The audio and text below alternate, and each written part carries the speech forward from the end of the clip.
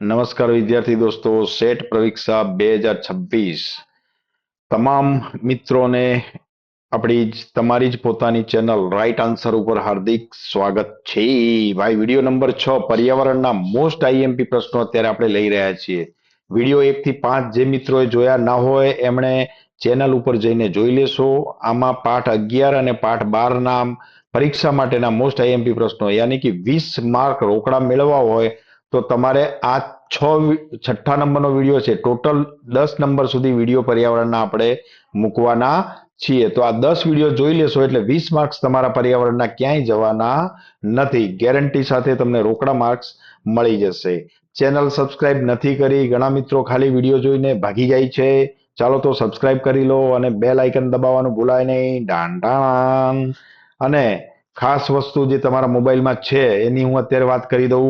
બ્રહ્માસ્ત્ર તમારું પરમાણુ બોમ્બ જેને કહેવામાં આવે છે, ધોરણ 3 થી 10 નું ગાઈડ એપ્લિકેશન, 5મા ધોરણનું તમામ મટીરિયલ, એમાં તમારા વાર્ષિક પરીક્ષાના પેપરો, સેટની પરીક્ષા જે હમણાં તૈયારી કરો છો એનું તમામ મટીરિયલ અને તમામ વિડીયો બધું જ તમને આમાં મળી જશે. શોધવાનું, ડેલી હું નવા નવા વિડીયો આની અંદર મૂકતો રહું છું. ટેસ્ટ પણ મૂકવામાં આવે છે સેટ પરીક્ષાના. તે સિવાયનું તમામ મટીરિયલ તમને 5માનું મળશે. તે સિવાય તમારા મમ્મી પપ્પાને કહી દેવાનું કે વોટ્સઅપ ઉપર મોકલી દે. બરાબર છે. અને જે નવા મિત્રો આવે એને વિડીયોમાં ખાસ લખજો. શું લખવાનું છે? Yes sir. આવું કોમેન્ટ બોક્સમાં મને લખવાનું તો મને ખ્યાલ આવે કે ભાઈ નવા મિત્રોએ ડાઉનલોડ કર્યું છે. તો આ ગાઈડ એપ્લિકેશન પ્લે સ્ટોર ઉપર જઈ અને તમે ડાઉનલોડ કરી લેશો. અને જો ન મળે તમને લિંક તો ડિસ્ક્રિપ્શન બોક્સમાં પણ આ મોર બટન દબાવજો તમારા વિડીયોમાં યુટ્યુબ પર, તો તમને એની લિંક મળી જશે. ચાલો તો હવે પહેલો પ્રશ્ન તમારી સ્ક્રીન પર છે. તમે કાગળ પેન લઈને ના બેઠા હો તો લઈ લો કાગળ પેન અને નંબર આપી દો. આપણે 10 આઈએમપી પ્રશ્નો આ વિડીયોમાં છે. ફટાફટ એને ચેક અને સમજૂતી પણ હું આપીશ. તમને ક્યાંય ગોખવાની જરૂર પડશે નહીં. બરાબર છે. હું સૌર્યમંડળનો એક ગ્રહ છું. મારા પર માનવ જીવન જોવા મળે છે. ભાઈ કોણ? મંગળ, બુધ, પૃથ્વી અને ગુરુ. તો સાહેબ માનવ જીવન ક્યાં જોવા મળે છે? તમે રહો છો ત્યાં. તમે ક્યાં રહો છો? પૃથ્વી ઉપર.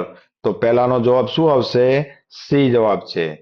ચાલો બીજો પ્રશ્ન તમારી સ્ક્રીન પર શું કે છે ભાઈ? મારો તહેવાર ચંદ્રની કળાઓ સાથે સંબંધિત નથી. કોણ છે ભાઈ આમાંથી કે જે ચંદ્રની કળાઓ સાથે? તો ઈદ. ઈદ તો ઈદનો ચાંદ હોય છે, તો આ વિકલ્પ આપણો આવશે નહીં. શરદ પૂર્ણિમા એ તો ચાંદ ઉપર આધારિત છે. બોળ ચોથ. ચોથ એટલે ચંદ્ર ઉપર આધારિત છે, તો આ પણ નહીં આવે.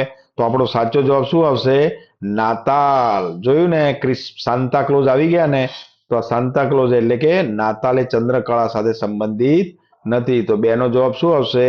ડી જવાબ આવશે. ચાલો ત્રીજો પ્રશ્ન તમારી સ્ક્રીન પર. પૃથ્વીના નકશામાં દરેક દેશોને અલગ બતાવવા શું હોય? હાય dance dance dance dance. Don આવી ગયા છે ભાઈ. ચાલો ડોન આવી ગયા. ડોન જતા પણ ત્યાં વિઝિટ કરી ગયા કે બધા શું કરે છે, ધમધમાધમ કરે છે, ભણે છે કે પતંગ ઉડાડે છે. ચાલો ભાઈ, તો દરેક દેશને અલગ બતાવવા નકશો હોય આપણો, તેમાં શું આવે? દિવાલ આવે. ગાંડા છે કે ઈંટોની દિવાલ કરે, ખોટા ખર્ચા કરે, એટલે એ તો આવે જ નહીં. ચલો પછી કોણ છે? એ સિવાયનો ઓપ્શન જુઓ તો વાડ. તો વાડ પણ કઈ થોડી કે એટલી બધી સરહદ લાંબી હોય તો વાડ બનાવવા રે. વાડ બનાવે કઈ સરહદો બનતી હશે?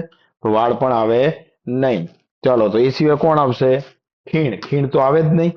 ચાલો એના સિવાય કોણ આવશે? તો બાકી રહેલો ઓપ્શન જે છે એ તમારો જવાબ બનશે. તો જવાબ આવશે સરહદ. શું આવશે? સરહદ. તો ત્રીજાનો જવાબ છે ડી જવાબ. ચાલો ચોથો પ્રશ્ન. નીચેનામાંથી આપણાથી સૌથી દૂર કોણ? ઉડતું વિમાન, ઉડતો કાગડો, ચંદ્ર અને વાદળ. તો આપણાથી સૌથી દૂર કોણ હોઈ શકે સાહેબ આમાંથી? તો તમે જ વિચાર કરી લો કે સૌથી દૂર આપણાથી ચંદ્ર હોઈ શકે. કારણ કે એ કાગડો તો નજીક હોય એટલે આ તો આવે જ નહીં. ઉડતું વિમાન પણ નજીક હોય અને વાદળ પણ નજીક હોય. એનાથી સૌથી દૂર કોણ આવે? ચંદ્ર. તો જવાબ શું આવશે? ચંદ્ર. સી જવાબ છે આપણો. ચલો પાંચમો પ્રશ્ન તમારી સ્ક્રીન પર. પૃથ્વી ગ્રહ મારી આસપાસ પ્રદક્ષિણા કરે છે. કોણ ભાઈ? પૃથ્વી કોની આસપાસ ફરે છે? ચંદ્રની, સૂર્યની, તારાની કે ઉપગ્રહની? બોલો તમારો જવાબ તમે લખી લો. આગળ પેન લઈને બેઠા છો ને, તો તમારો જવાબ તમે લખી લો. તો જો અહીંયા સૂર્યમંડળ મેં તમને દોરી આપ્યું છે. આ સૂર્ય છે. તો સૂર્યની આજુબાજુ બધા જ ફરે છે. જો આ શનિ છે. આ કયો છે? આ રિંગ આકારનો, વલય આકારનો જે ગ્રહ છે શનિ છે. પછી આ બધા આમ ચારે તરફ 9 ગ્રહો ફરે છે. તો આસપાસ કોણ પ્રદક્ષિણા કરે છે? તો આસપાસ પ્રદક્ષિણા કરનાર પૃથ્વી ગ્રહ મારી તો કોની આસપાસ કરે છે? સૂર્યની આસપાસ.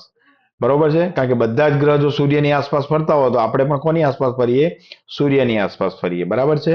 ચાલો, છઠ્ઠો પ્રશ્ન તમારી સ્ક્રીન પર. તમે અવકાશી મુસાફરી કરી રહ્યા છો, તમને પેરાશૂટ કઈ રીતે ઉપયોગી થશે ભાઈ?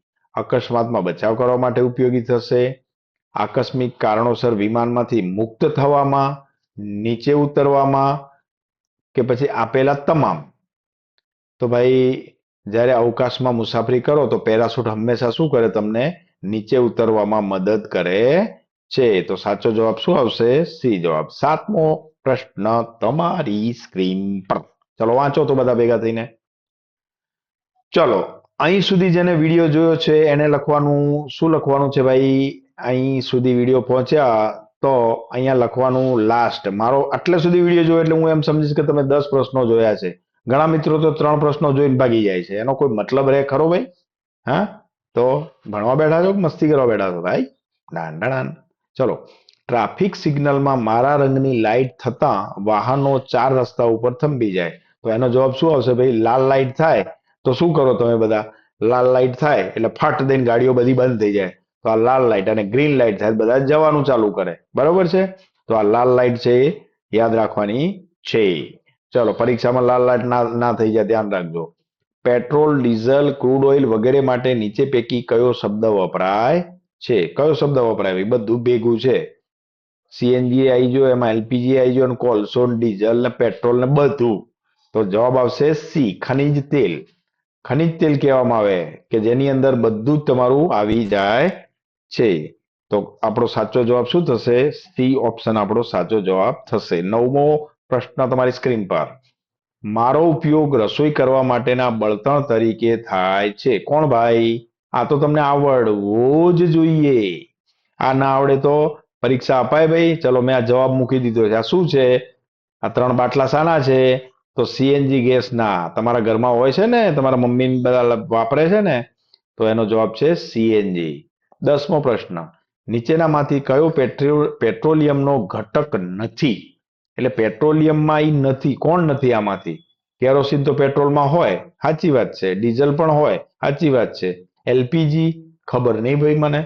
અને સીએનજી ખબર નહીં ભાઈ મને. આ 4 માંથી શું આવશે? તો સાહેબ કોણ નથી? તો સીએનજી તમને એમાંથી મળતો નથી. બાકી આ બધા જ પેટ્રોલિયમ માંથી મળે છે. આ જમીનમાં ઉપરની તરફથી મળતો સીએનજી, જે આપણે ગાડીઓમાં વપરાય છે, પણ એ અલગ પ્રકારનું બળતણ છે. બરોબર છે. ઘરમાં તે વાપરો છો એ અલગ છે, એલપીજી છે. આ સીએનજી ની વાત થઈ રહી છે. તો સાચો જવાબ શું આવશે? ડી ઓપ્શન આવશે. ચાલો, ત્યારે નવા 7મા વિડીયોમાં 7 વાગે ફરીથી મળીશું. ત્યાં સુધી ટાટા અને બાય બાય. આ વિડીયો હવે પછીનો 7મો વિડીયો આવશે. જુઓ ને, 10 એટલે 11 13 તારીખે આવશે. કઈ તારીખે આવશે? 13 તારીખે આ વિડીયો આવશે.